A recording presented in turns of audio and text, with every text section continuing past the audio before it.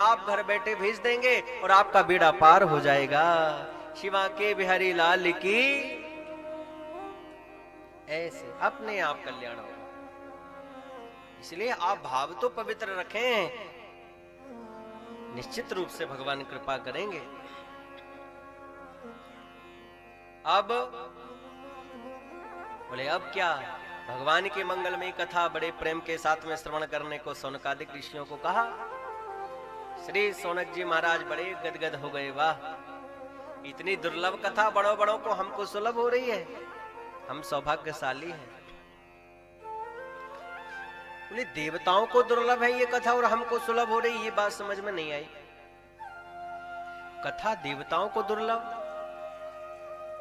जो ये आप कथा सुना रहे हैं ये देवताओं को दुर्लभ। बोले कैसे?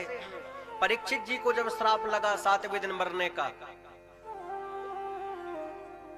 7वें दिन मरने का श्राप परीक्षित जी को लगा, देवता लोग अमृत का कलश लेकर के पहुंचे परीक्षित जी के पास। पहुंच गए, अमृत का कलश लिया था बड़े प्रेम के साथ में। महाराज परीक्षित मरने वाले, अमृत पिला दीजिए, देवताओं ने कहा। और बोले बदले में क्या चाहिए? क्योंकि ये तो बड़ी स्वार्थ की बात लग रही है, क्योंकि अदला बदली करने आए हो। बदले में जो आप भागवत कथा अमृत जो पिलाना चाहते हैं परीक्षित जी को, वो आप हम देवताओं को पिला दीजिए, बस यही चाहते हैं देवता। अब बताइए, सारी सुख सुविधाएं स्वर्ग में देवताओं को, और वो भी पृथ्वी लोक पर आकर के कह रहे हैं परीक्षित जी को अमृत दे दो। नहीं तो अमृत भी कोई साधारण थोड़ी है, कोई भी अगर अमृत पीना चाहे तो उसे नहीं मिलेगा। अगर कोई पापी अमृत पीना चाहे तो उसे थोड़ी अमृत पीने को मिलेगा।